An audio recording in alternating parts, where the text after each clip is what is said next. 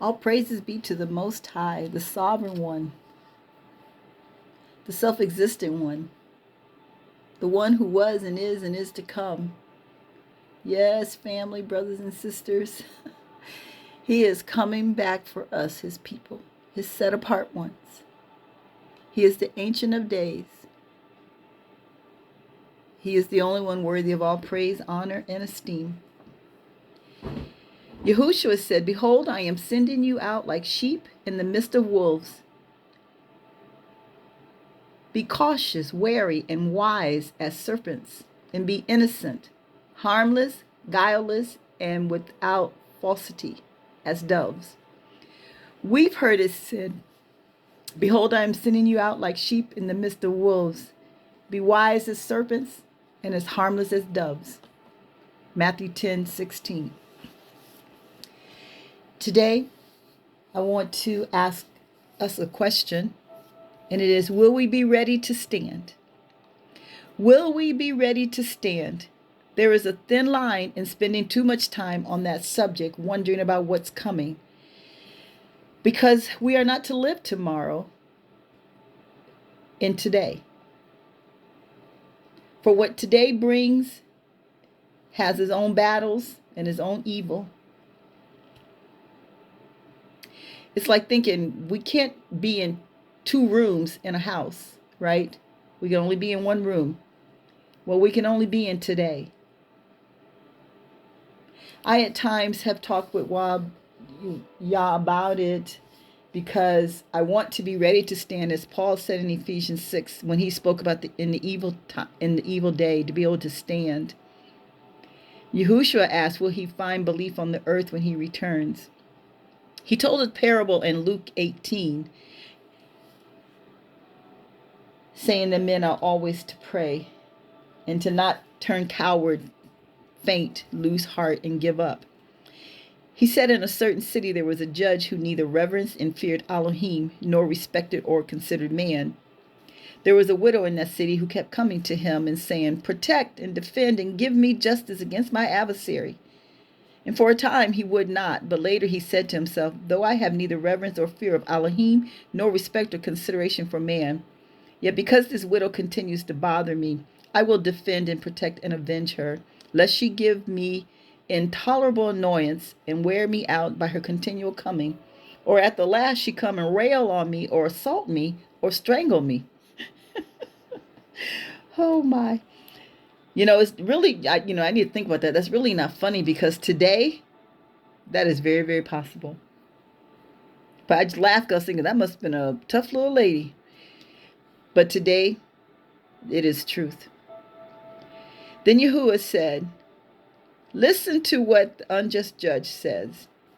And will not our just Elohim defend and protect and avenge his elect, his chosen ones, who cry out to him day and night?" Actually, that wasn't Yahuwah, that was Yahushua who said that. "Will he defer them and delay help on their behalf?"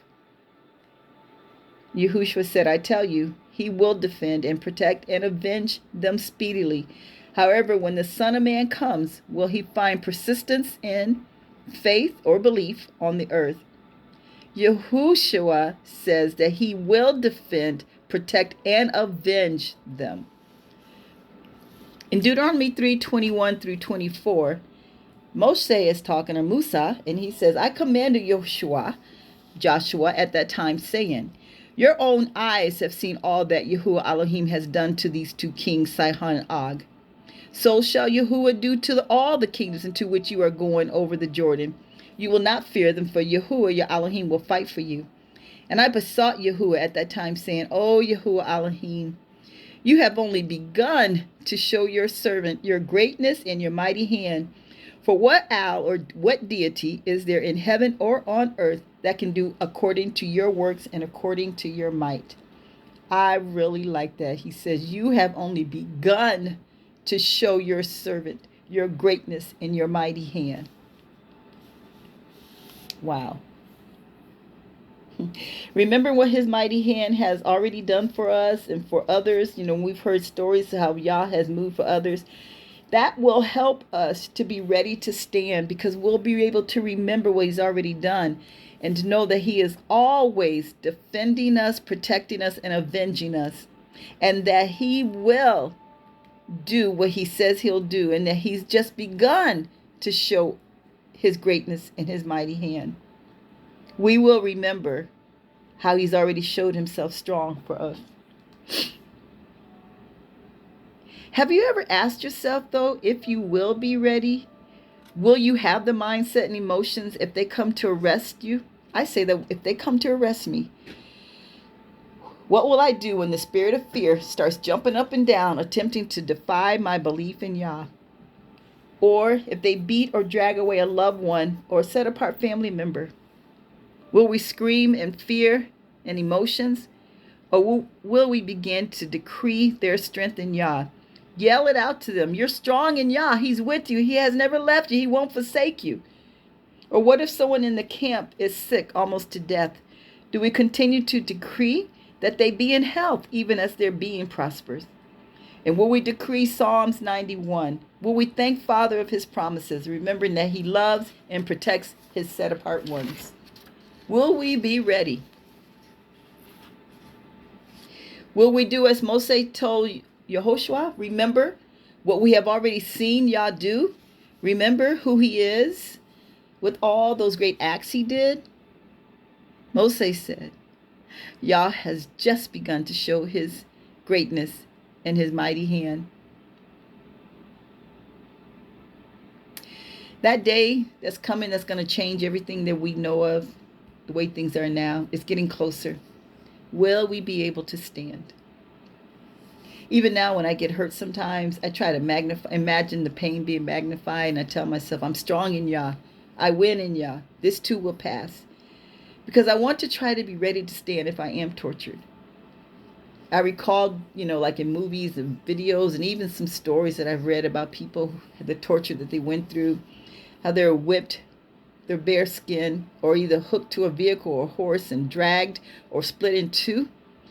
And I think if it were me, Father, will I be equipped? Please equip me with fortitude to remain faithful to you, because I want to be ready. You might think it's gruesome to talk about this stuff, but it's going to be even more gruesome than we can imagine, because Yahushua has already told us in Matthew 24 and in Mark 13 and Luke 21 how great it's going to be. In Matthew 24, he said, For then there will be great tribulation, affliction, distress, and oppression, such has not been from the beginning of the world until now, no, never will be again. Mark 13, verse 19. For at that time there will be such affliction, oppression, and tribulation as not been from the beginning of the creation which Elohim created until this particular time, and positively never will be again. Luke 21:11. There would be mighty violent earthquakes, and in various places famines and pestilence, plagues, malignant and contagious or infectious epidemic diseases which are deadly and devastating. And there will be sights of terror and great signs from heaven. But by your steadfastness and patient endurance, you will win the true life of your souls. For those are days of vengeance, of rendering full justice or satisfaction, that all things that are written may be fulfilled. There is a man whose hatred for Yah is greater than any other in history that's coming forth in those days. This means he hates us also. He's been given power to activate a cruel, vicious war against Yah's people. This enemy has been at war with Yah's people for ages. Yet, as troops of the Most High, we stand with our King, who is worthy of us fighting for him, for all he has done and daily does for us, not to mention the eternal reward he has prepared for us. As great and as worthy as he is of our allegiance, and having the ability to do whatever he pleases, it pleases him to be our King and to battle with us. Yahushua warned us several times in Matthew 24 to not be deceived. We cannot be deceived. Oh my, that's going to be the downfall of so many, is deception. Then Paul echoed it in 2 Thessalonians 2, be not deceived. Let no man deceive you by any means, I think is how he said it. by any means. Oh my. Wisdom is deception's enemy. Have you ever thought about that? Wisdom is deception's enemy. The enemy uses deception, and Father provides us with wisdom to counteract the lies and confusion.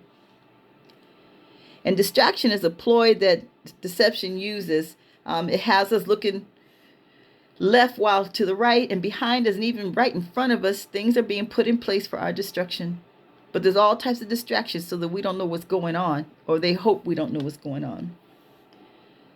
Deception has left her mark on every century, and she has not taken a back seat now. She has not crossed her legs saying her work is done. Deception is going to continue to be employed against us. In fact, she's perfected her game. She is the main player in the end times. I want to take this time to remind you that in Jasher chapter 64 and 65, it tells as to why and how the children of Yasharel became slaves.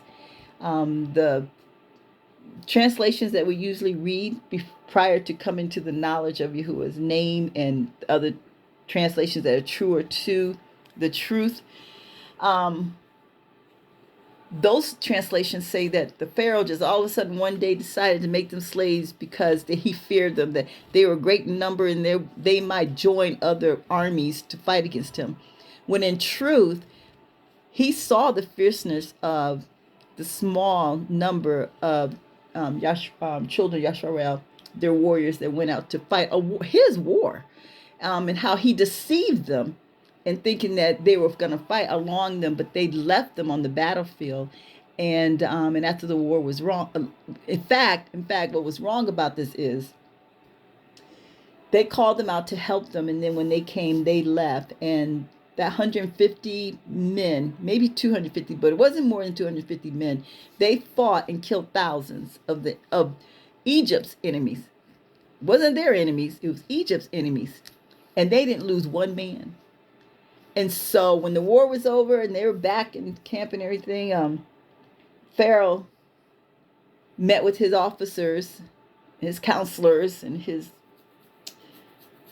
top officials, and they were saying, we got to do something about them. And he says he already had a plan. So he had already met with the evil one and had got a plan to deceive them and to grab hold of them and make them slaves. He told them, go to them, convince them to work with us. Tell them that after this last war, we realized that we have cities that are not walled up, and we need to get some walls up to protect ourselves from attack. Is to let them know that you'll pay them every day. They'll get paid for their work. And he says, but as time goes on, one by one, every day, dismiss yourself. Work alongside with them, but gradually dismiss yourself so that the only ones actually working are them. And so they did that. And then they came back. And when all that took place, it was over a year's time. Then they came back one morning and they were the oppressors. They were no longer working side by side with them. Well, the children of Yasharel said, we're going home. And they weren't getting paid anymore. And they were being treated very wrongly, harshly. And the Egyptians, the Mizrahites, went to their homes and got them and drug them back and said, you're going to work because you said you were going to work. And the children of Yasharel, as strong as they were, as mighty as they were, that they fought a war and killed thousands of men and didn't lose one of them. They did not revolt. They did not stand up for themselves. They submitted to it. And so that's how it got to the place they became slaves. Now, all of them did except for the tribe of Levi. They did not. They heard from Yah. They knew not to. And it could be because they knew that they already showed you who they are. And which is what we need to do. When I talk about not loving the enemy, it's about knowing who your enemies are and then going to Yah for wisdom. Remember, wisdom is the enemy to deception. Wisdom is our weapon against deception. So we can't be not knowing people for who they are. We got to know people for what they show us. We have to know that. But he'll give us wisdom as how to do it because his vengeance is his and he's going to do the work. But whatever it is he needs us to do in the natural, he'll tell us. So the children Levi, they did not go. And so when the Mizrahites went to Goshen to get them, they didn't include the Levites as part of it, because the Levites never gave their word that they would be a part of that, and they left the Levites alone. Have you ever wondered why Aharon was able to go back and forth with Moses to the temple, to see Pharaoh, and he never said, "You get back there and build those walls," or whatever he was building? He never said that because he wasn't a part of it. So we have to understand deception. And we have to understand that we have a weapon against deception, which is wisdom. Okay. So we're reading Revelations 13, verse 11. Then I saw another beast rising up out of the land itself. He had two horns like a lamb, and he spoke, roared like a dragon. See that deception? He exerts all power and right of control of the former beast in his presence, and causes the earth and those who dwell upon it to exalt and deify the first beast, whose deadly wound was healed, and to worship him. Wow. He performs great signs, startling miracles, even making fire fall from heaven to the earth in men's sight. Okay, let me tell you something here. Let's think about this. If Yahuwah says it's going to happen, then when we see fire being brought down from heaven, don't we dare think it might be from Father. He's already told us. This is part of the deception. This is part of what's going to be called a startling miracle. We've been told, we've been warned, do not think that's from Yah. We've been told. And because of the signs and miracles which he is allowed to perform in the presence of the first beast, he deceives those who inhabit the earth, commanding them to erect a statue in the likeness of the beast, who was wounded by the sword and still lived. Let's be like the Levites. They knew not to believe and fall for the lies of the Egyptians. The elect, if it were possible, they would be deceived. Okay, so this beast is permitted also to impart the breath of life into the beast's image, so that the statue of the beast could actually talk and cause to be put to death those who would not bow down and worship the image of the beast. Okay, we got all this stuff happening now. They look like people, talk like people, walk like people, and they're not people. So we should not be amazed at some of these things that are happening. Also, he compels all alike, both small and great, both the rich and the poor, both free and slave, to be marked with an inscription stamped on their right hands of their foreheads, so that no one will have power to buy or sell unless he bears the mark, that is the name of the beast or the number of the beast. Here is discernment, a call for the wisdom of interpretation. Let anyone who has intelligence, penetration, and insight enough calculate the number of the beast, for it is a human number, the number of a certain man. His number is 666. James wrote in chapter 1 for us to ask for wisdom. If we don't have it, we need to ask for it. But then he also says, don't be double-minded with it. Don't be wavering, because that man ought not to think he's going to get anything from Yah.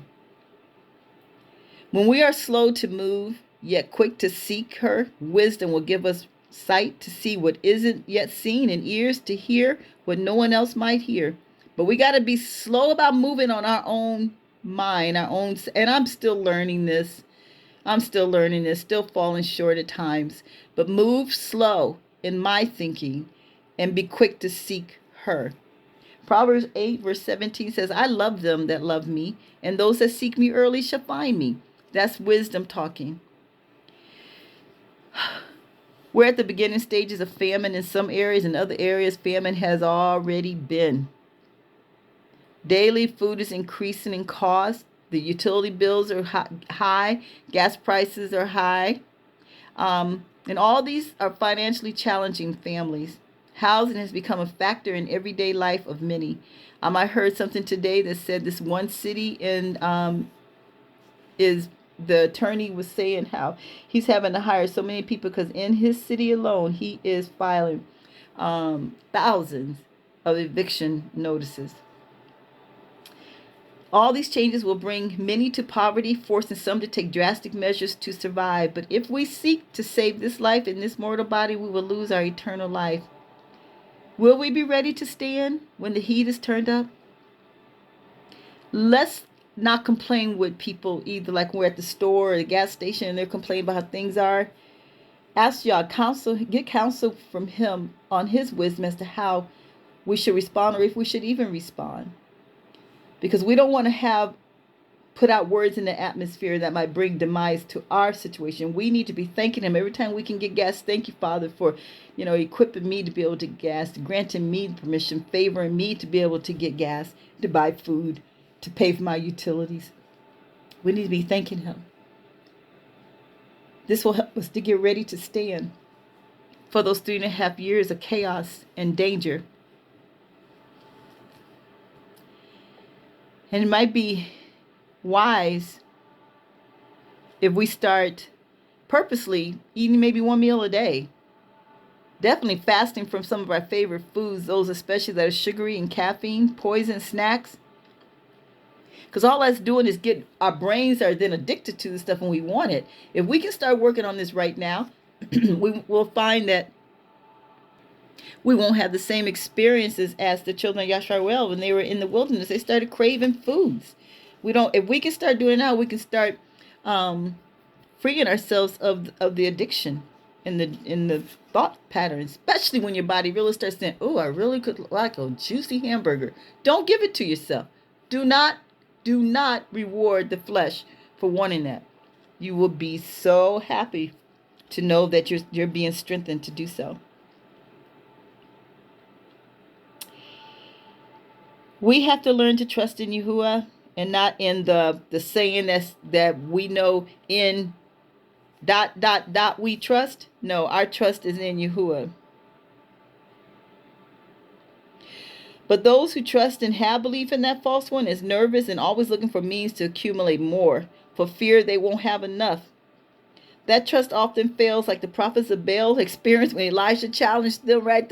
Whoever Elohim, well, we say Elohim, the one who we serve, whoever answers by fire, we'll call them Elohim. And theirs didn't answer. And he started mocking and making fun of them, asking, could he be occupied with other matters? Because he was just mocking them. Where we know our Elohim is faithful and he's always present. Will we be ready to believe Yah to provide for us when we cannot buy or sell unless we trust in their system? Will we be ready to stand for Yah, or will we be as surprised as Peter was the night he was tested? And Peter just knew he wouldn't, because he knew that he loved Yahushua. Yahushua was his friend. They were close, but he couldn't do it. Will we be ready to stand? Deuteronomy 4, verse 30, when you are in tribulation and all these things come upon you in the latter days, you will turn to Yahuwah your Elohim and be obedient to his voice. For Yahuwah your Elohim is a kind owl. He will not fail you or destroy you or forget the covenant of your fathers which he swore to them. Did ever people hear the voice of Elohim speaking out of the midst of the fire as you heard and lived? Or has Elohim ever tried to go and take for himself a nation from the midst of another nation, by trials, by signs, by wonders, by war, by a mighty hand, by an outstretched arm, or by great terrors, as Yahuwah your Elohim did for you in Egypt, Masraim, before your eyes? To you it was shown that you might realize and have personal knowledge that Yahuwah is Elohim and there is no other beside him. So what things was Moshe referring to in verse 30 when he said, when you are in tribulation and all these things come upon you? Well, let's think about what all Yahushua said that was coming. He said wars and rumors of wars. And, he talked about some people will be fleeing for their lives and pray that he said, request that your flight not be in the winter on the Sabbath. Talked about famine, plagues, pestilence, same as Psalms 91. These things are coming. Are we ready to stand? Will we be ready to stand? Revelations 13, verse 4 through 8. They fell down and made homage to the dragon because he had bestowed on the beast all his dominion and authority. They also praised and worshiped the beast, exclaiming, who is a match for the beast, and who can make war against him? And the beast was given the power of speech, uttering boastful and blasphemous work. words, and he was given freedom to exert his authority to exercise his will during 42 months, which is 3.5 years. And he opened his mouth to speak slanders against Yah, blaspheming his name in his abode, even vilifying those who live in heaven. He was further permitted to wage war on Elohim's Kodesh people, set apart, and to overcome them. And power was given to him to extend his authority over every tribe and people and tongue and nation, and all the inhabitants of the earth will fall down in adoration and pay him homage. Everyone whose name has not been recorded in the book of life of the Lamb that was slain from the foundation of the world. You know, when you think about some who've already been martyred, we just had someone just killed not too long ago in one of our cities. And that just made me think about some things that we're going to be seeing brutally slaughtered. Awful. Can we stand? Will we stand? Will we be able to be like Stephen when they stoned him? We have to ask for the strength and the ability to endure. We have to develop a love for Yah over ourselves and any other. This is why he tells us how to love him in Deuteronomy 6, starting with verse 4.